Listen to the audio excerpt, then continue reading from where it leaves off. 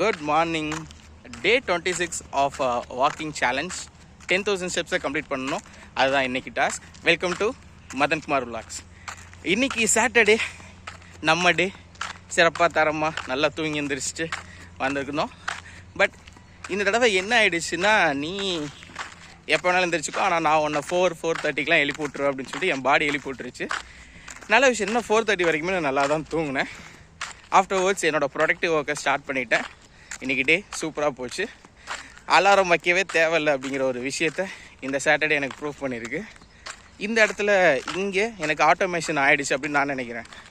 Monday to Friday நம்ம daily ரெகுலராக எந்திரிச்சு பழகிட்டோம். அதனால் என்ன நடக்குது அப்படின்னா, சாட்டர்டே சண்டேவும் ஆப்வியஸாக அந்த டைமில் மொழிப்பு வந்துடுது. இன்றைக்கி டே சூப்பராக ஸ்டார்ட் ஆகிருக்கு. நல்ல ஒரு கிளைமேட்டு, லைட்டான லைட்டிங், சன் ஒன் டாப்பில். வாக்கிங் வந்து ஒரு 2 ஸ்டெப் தான் நடந்தேன். 2 ரவுண்ட் தான் நடந்தேன். இந்த 2 ரவுண்ட்லேயும் நல்ல ஸ்வெட்டாக ஆரம்பிச்சிருச்சு. ஸோ இன்றைக்கி பொழுது நல்லா போகும் அப்படிங்கிற நம்பிக்கையும் இருக்குது. ரெண்டாவது, இந்த வீக்கில் ஹாப்பியஸ்ட் நியூஸ் என்ன அப்படின்னா, நம்ம டார்கெட் வெயிட் லாஸ் அச்சீவ் பண்ணிட்டோம். எஸ், இந்த வீக்குக்குன்னு ஒரு டார்கெட் வெயிட் லாஸ் வச்சுருந்தோம். அந்த டார்கெட்டை நம்ம அச்சீவ் பண்ணிட்டோம். அது ஒரு சக்ஸஸ் மைல் ஸ்டோன். இன்னும் ஆகஸ்ட் மந்த் கம்ப்ளீட் ஆகிறப்போ இன்னுமே நல்லா போகும். அடுத்தடுத்த மந்த் இதை கன்சிக்யூட்டிவாக பண்ணுறப்போ இன்னும் சூப்பராக போகும் அப்படின்னு ஒரு நம்பிக்கை இருக்குது. முக்கியமாக ரோட்டில் நேற்று ரேண்டமாக ஒரு சிலர், ஓகே, நான் அது என்ன கேட்டகரின்னு சொல்ல விரும்பலை, அவங்க மதன் ஏதோ சேஞ்ச் தெரியுது அப்படின்னாங்க. என்னங்க சேஞ்ச் அப்படின்னா, உடம்புல ஏதோ சேஞ்ச் தெரியுது, ஏதோ பண்ணுறீங்களா அப்படின்னாங்க. என்னங்க பண்ணுறேன், அதெல்லாம் ஒன்றும் பண்ணல, ஏதோ உடம்பு குறைஞ்ச மாதிரி இருக்குது அப்படின்னாங்க. நான் எக்ஸைட் ஆகலை. ஏன்னா எக்ஸைட் ஆனால் எனக்கு தெரியும் மொத்தத்தையும் போட்டு உடச்சிருவோம், வாக்கிங் சேலஞ்சு எல்லாம் போயிருந்துட்டு.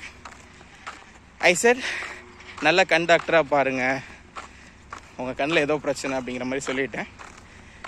இன்னொன்று, ரொம்ப நாள் கழித்து பார்க்குறீங்கல்ல, அதனால உங்களுக்கு அப்படி தெரியுது அப்படின்னு சொல்லி சமாளிச்சிட்டேன்.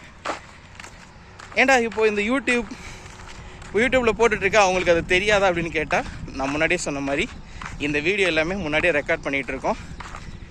ப்ரீவியஸாக 10 days 15 days ஒன்ஸ் தான் உங்களுக்கு தெரியும்.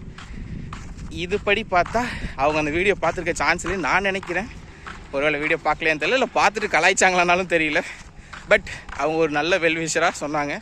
அது எனக்கு கொஞ்சம் பூஸ்டப்பாக இருந்துச்சு. அவங்க சொன்னனால தான் நான் ஆக்சுவலாக வெயிட்டை செக் பண்ணேன்.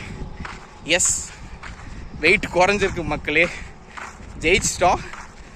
எதிர்பார்த்த ஒரு டார்கெட்டை அச்சீவ் பண்ணிட்டோம். இன்னும் அடுத்த மந்த் இன்னும் சூப்பராக பண்ணால் இன்னும் நல்லா குறையும் அப்படிங்கிற ஒரு நம்பிக்கை அப்படி லைட்டாக பிளாசம் ஆகுது. தட்டுறோம், தூக்குறோம். இன்றைக்கி 10,000 ஸ்டெப்ஸை முடிச்சவங்கள மீட் பண்ணுறேன்.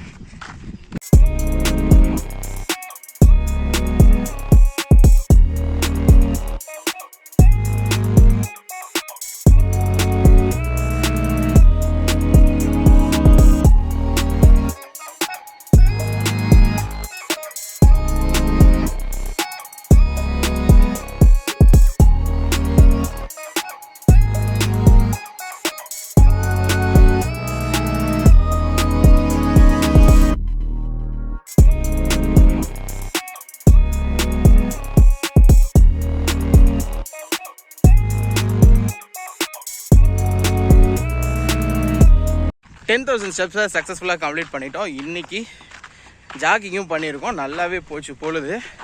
எஸ், டைம் ரொம்ப ஏர்லியராக முடிச்சிருக்கோம். ஏன்னா ஓப்பனாக சொல்ல மைண்டில் எந்த ப்ரெஷருமே இல்லை. இன்றைக்கி ஒர்க் இருக்குது, எதுவுமே இல்லை. ஸோ வாக்கிங் ரொம்ப சீக்கிரம் முடிச்சிட்டேன். ஏன்னே தெரியல, கொஞ்சம் பாடியும் செட் ஆகிடுச்சின்னு நினைக்கிறேன்.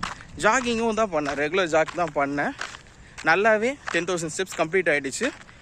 இன்னும் நம்ம முடிக்க வேண்டிய டைம், ரெகுலராக முடிக்க வேண்டிய டைமை விட இன்னும் 3/4 மணி நேரம் நம்மளுக்கு எக்ஸ்ட்ராவாக இருக்குது. ஓகே, ஸோ அப்போ எனக்கு புரிஞ்ச விஷயம் என்னென்னா, பாடி வாக்கிங்க்கு தயாராக இல்லை.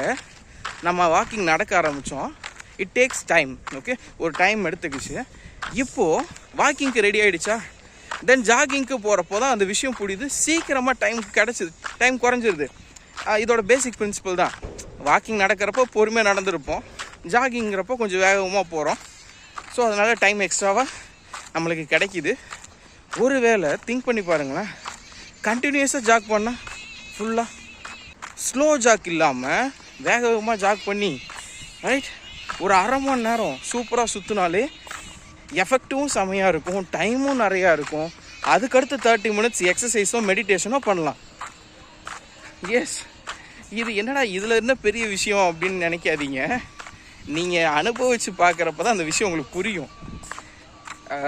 வாக்கிங்க்குன்னு நான் ஒரு 1 hour 1.5 hours ஸ்பெண்ட் பண்ணுறேன் அப்படின்னா, maybe if I change the walking into jogging 45 minutes is enough. Remaining 45 minutes டைமை என்ன மாதிரி வேல்யூ பண்ண ஆரம்பிச்சிங்கன்னா உங்களுக்கு ஒரு விஷயம் புரிய ஆரம்பிக்கும். என்னை பொறுத்த வரைக்கும் நான் டே டு டே லைஃப்பில் டைமை ரொம்ப வேல்யூ பண்ணுவேன்.